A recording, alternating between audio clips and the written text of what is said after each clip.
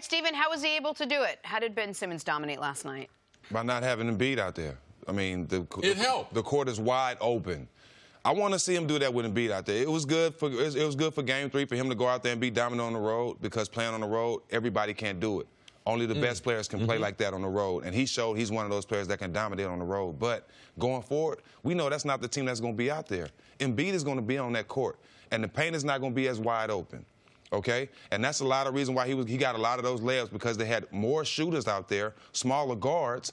So, and he played a bigger position that whole game. If you look at it, Jimmy really ran the offense a lot that game last night. Jimmy really initiated a lot of the offense, and Ben kind of played off the ball a little bit. But at the same time, not having him beat out there gave him the room to be more aggressive on offense. Gave him room in the lane to do those things and drive and stuff like that, only because Embiid was out there. But going forward, for this team to be the team that we all expect, for them to be a championship team, that he has to do that with Embiid on the court. So here's the thing, because I agree with you on Jimmy Butler did initiate a lot of the offense. Hell, Tobias Harris was, sorry about that, yes. Tobias Harris was bringing the ball up the court sometime. But it's not like they were playing no center. Right. Boban played 24 minutes. Greg Monroe played 18. Boban played well, too. Totally unproductive minutes on Monroe's side. Boban was excellent. So that's 42 minutes of the 48 in the game with a big man on the court, and Simmons still went out and did this. To me, maybe there was a little more spacing, but it was more impressive because Embiid wasn't out there, because they needed it more. Because he had to play great in a game. They didn't have to win like Game 2, but they needed. And now he has followed up what was one of his worst playoff games ever with, in back-to-back games, his 2 best playoff games ever. He was spectacular in Game 2. We're playing really only 3 quarters because that's all they needed. And he was even better in Game 3. And to Dudley's comment about not being great in the half court, we talked yesterday about how he's a great half-court defender, and he showed that yesterday. But on the offensive end, he was 11 of 13, 9 of 11 in the half court, only 2 transition buckets. Like, there's not a lot of room in my mind to criticize Ben Simmons after the game he had last night. No, when you're criticizing Ben Simmons, though, the criticism is real. He's not a shooter of the basketball.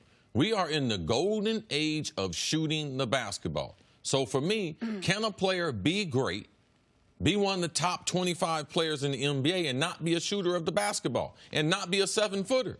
It's going to be hard.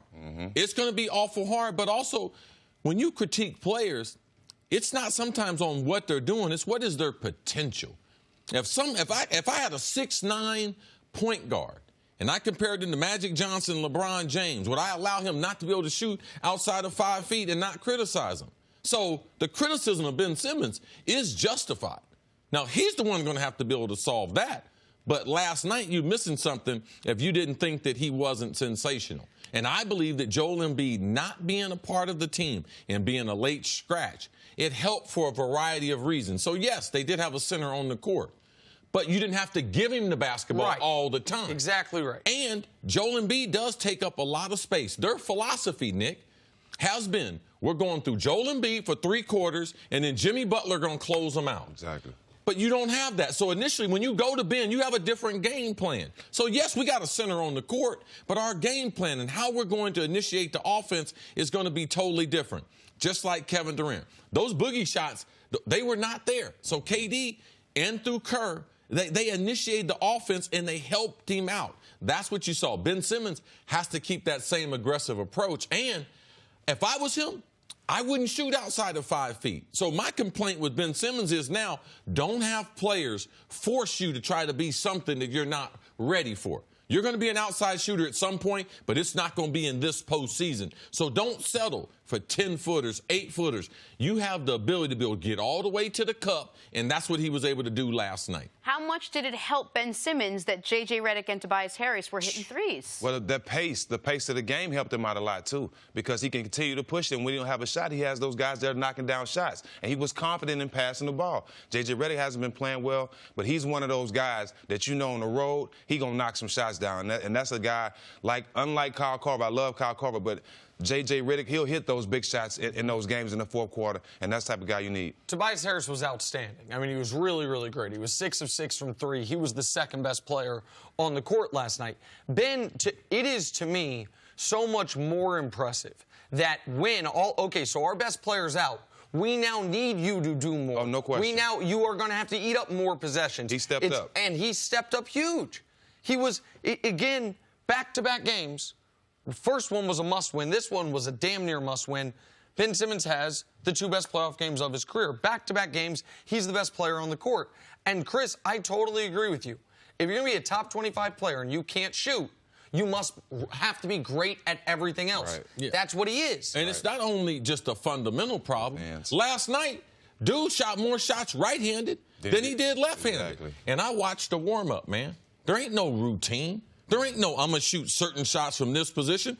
Man, he was shooting like right-handed hooks. I was like, why is he shooting that shot from 8 feet on the right baseline? He's not going to shoot that during the game. So, yes, he was outstanding. But the way that you improve your game is you need some type of routine to help him, to make that defense come out to him. Just imagine. Okay, I'm just going to imagine this. It's Good Friday, man, Jesus Resurrection Sunday. What if he could shoot from 10 feet? Would that be a crime? So am I wrong sitting here saying one of the most talented guys we've had drafted in the NBA in the last several years, man, I wish he could shoot. He's a point guard, and I wish he could shoot from 10 feet. So I'm wrong in doing that. But that's the old saying. That's why they say you practice game shots. You practice the way you play. You don't warm up and take shots that you won't take in the game. He has to start practicing those shots and take them as game shots, simulate them as game shots. So when he gets those shots in the game, he's used to taking them and he's confident. But his confidence is the biggest thing that he's lacking. Well, listen, I wasn't at the game. I didn't see him warm up. I do know in the game he did hit 2 right-handed hook shots. I also no. Go ahead. No, I didn't. I mean, we just saw from 3 feet. He was practicing from 8 feet. I just didn't make that up. Okay. All right. Okay. Well, the hook shot we just saw was from I'd say 6 or 7 feet. But regardless, we don't have to get in the weeds on it. But again, we're in the same place. The guy's coming off his best career game. We're talking about the things he can't do. If we took everyone in his draft class and the class after him, because we don't really know how to classify him, redrafted him, you know who would go first overall? Ben Simmons. Not Tatum, not De'Aaron Fox, not Pascal Siakam. Of those 2 draft classes, the only one to be an all-star, Ben Simmons. 1 Rookie of the Year, Ben Simmons. But as long as we have that TV shit right there, and as long as we criticize LeBron James, as long as we criticize Steph Curry, as long as we criticize Harden, as long as we criticize Russ. We don't do it after their great games. Tatum has one more, though. Tatum has got a better winning percentage. Yeah, of course. Fair enough. But we don't do it after their great games. Right. We don't talk about the things they can't do. They kill LeBron. They kill LeBron. When he misses a free throw, they kill him. Okay, so we're now holding Ben Simmons to LeBron standard. I'm not comfortable with that. I don't think anyone should be. No. But if you're going to criticize LeBron for missing free throws, you have to criticize any NBA player that can't shoot, not just Ben Simmons. Okay. Anybody that has an NBA contract, listen to me. If you have an NBA contract right now in the NBA and you can't shoot, go back to the drawing board or give up your contract. Because there's no way you should be in the National Basketball Association making millions of dollars, can't shoot a free throw or can't shoot a jump shot. I'm sorry. No respect there. Thanks for watching. Subscribe here to get the latest from the show. Also, be sure to check out more of the best clips from First Things First, or go watch a few segments from our other shows on FS1.